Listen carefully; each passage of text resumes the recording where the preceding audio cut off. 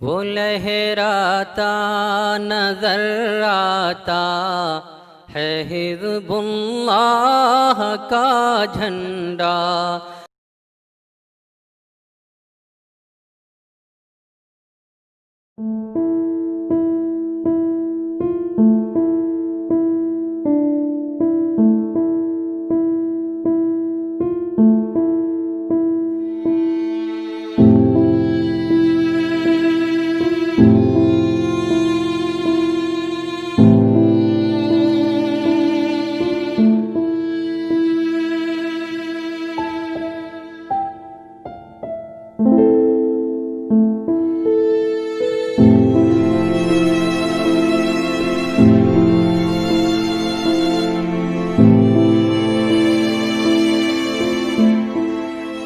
मस्जिद एक मर्तबा बन गई तो अगर वो लीगल तरीके से बनी है तो वो हमेशा मस्जिद रहेगी। उसको चेंज नहीं कर सकते, उसको बेच नहीं सकते, ट्रांसफ़र नहीं कर सकते, एक्सचेंज नहीं कर सकते, कुछ नहीं कर सकते। ये एक बेसिक फ़िलासफ़ी है, इस्लामिक फ़िलासफ़ी। दिल्ली में जो मस्जिदें हैं वो बहुत ही शानदार मस्जिदें हैं।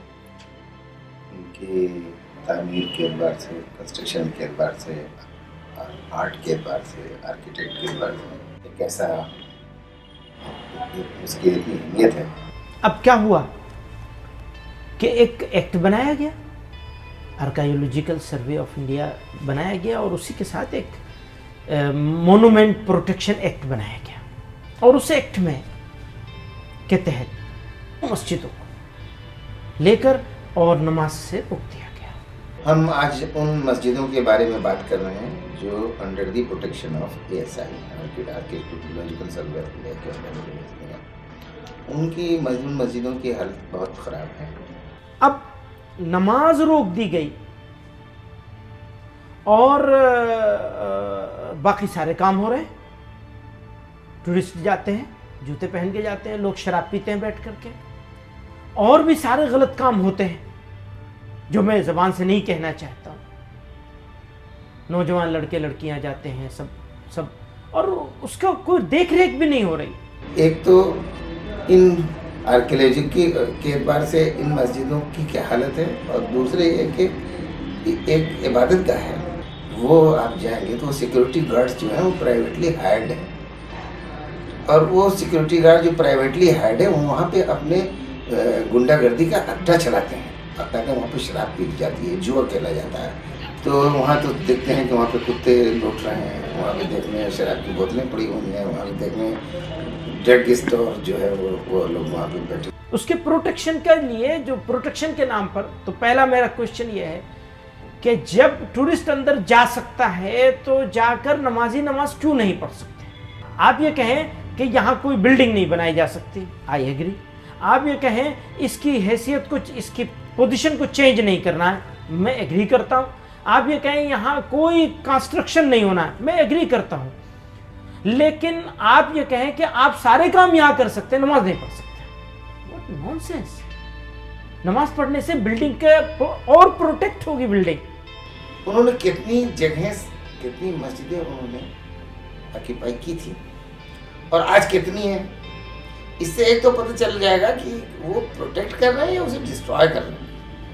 हमारे रिकॉर्ड के हिसाब से तो 74 थी, अब आज हम वहाँ ज़मीन पे जाके देखते हैं तो 54 भी नहीं मिल रही है। तो 20 मस्जिदें तो ये ज़मीन से गायब हो गई। वो जो एक्ट है उसके हिसाब से भी नमाज को नहीं रोका जा सकता है। प्रोटेक्शन का जो एक्ट है उसका मतलब ही यही है सिर्फ इतना कि आप इसके साथ छेड़छाड़ नहीं करेंगे। ये जो बिल्डिंग का एक नेचर है, उस नेचर को चेंज नहीं करेंगे आप। आपने मस्जिद को नमाज से रोक दिया तो उस बिल्डिंग का नेचर आपने चेंज कर दिया, तो आपने अन्याय किया है। लॉ के एतबार से आप देखेंगे तो लॉ में ये कहीं नहीं लिखा हुआ है कि इन पर नमाज नहीं पढ़ी जा सकती है। चुनाचे आप देखेंगे किसी मस्जिद में वो 2 टाइम की नमाज अलाउ करते हैं, किसी में 4 टाइम की नमाज अलाउ करते हैं, किसी में 1 टाइम की नमाज अलाउ करते हैं, किसी में नमाज नहीं अलाउ करते हैं। तो ये कोई लॉ, ये मतलब इतना खुला हुआ डिस्क्रिमिनेशन है। Now, these mosques are a great historical and archaeological treasures of our country. Many of them have been built during medieval period by different kings at different times.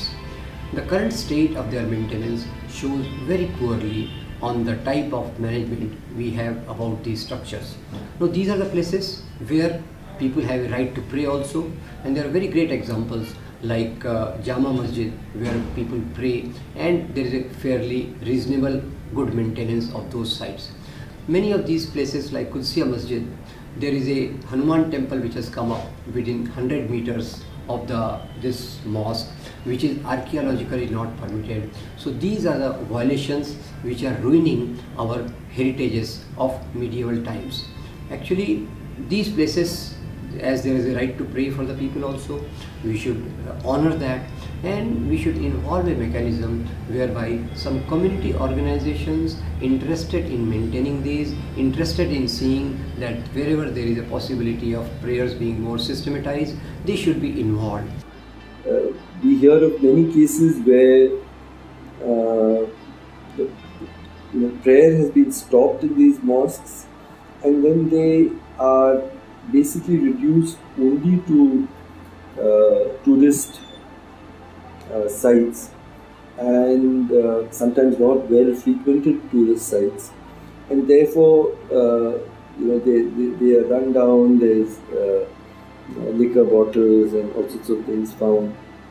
So I feel that we need to find some kind of a way of respecting the right of people to continue to use these historical mosques for prayer, but in collaboration with the Archaeological Survey, so that these are not destroyed for the future. And I think that these are not mutually exclusive objectives, and I'm sure if the religious community and the Archaeological Survey work together with goodwill, solutions are possible.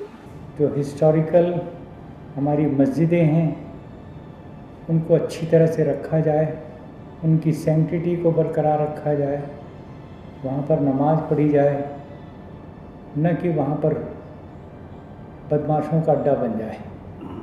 जो लोग ASI के archaeological survey of India के नाम पर उसको बर्बाद कर रहे हैं, वहाँ जुए का, शराब के अड्डे बन रहे हैं, और न जाने अंदर क्या क्या बदमाशियाँ होती होंगी शाम के, रात के अंधेरे में। इन सब चीज़ों को हटाने के लिए कुत्ते घूम रहे हैं, गंदगी कर रहे हैं, उन सब को साफ़ करने के लिए जिस गंभीरता के साथ, संजीदगी के साथ हमारे इन दोस्तों ने बीड़ा उठाया है, मैं उन्हें मुबारक देता हूँ। उनकी इस डेमोक्रेटिक और एक लीगल जो लड़ाई है वो ज़रूर कामयाब होगी। तो हमारा ये डिमांड है, स्ट्रॉन्ग डिमांड है, और ये बिल्कुल रीजनेबल डिमांड है। हम ऐसा समझते हैं कि बिल्कुल रीजनेबल डिमांड है। हम इसके ऊपर डिबेट भी करने के लिए तैयार हैं, बातचीत करने के लिए तैयार हैं, डायलॉग करने के लिए तैयार हैं, और इसके प्रोटेक्शन की रिस्पॉन्सिबिलिटी भी उठाने को तैयार है। इसके लिए गवर्नमेंट जो शर्त रखेगी, आर्कियोलॉजिकल सर्वे ऑफ इंडिया जो शर्त रखे, उन शराइत के साथ हमको नमाज पढ़ने की इजाज़त दी जाए, वहाँ 5 वक्त की नमाज होने की इजाज़त दे दी जाए, कि नमाज हो, बाकी कोई चीज़ चेंज ना हो।